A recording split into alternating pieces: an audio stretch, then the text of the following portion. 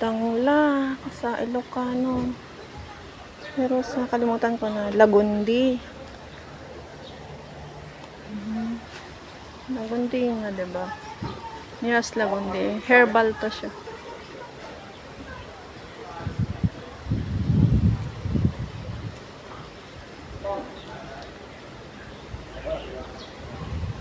Pumunta kami ng isang place dito sa Hong Kong na yung puro damo is ganito talaga, Lagundi. Doon sa yun,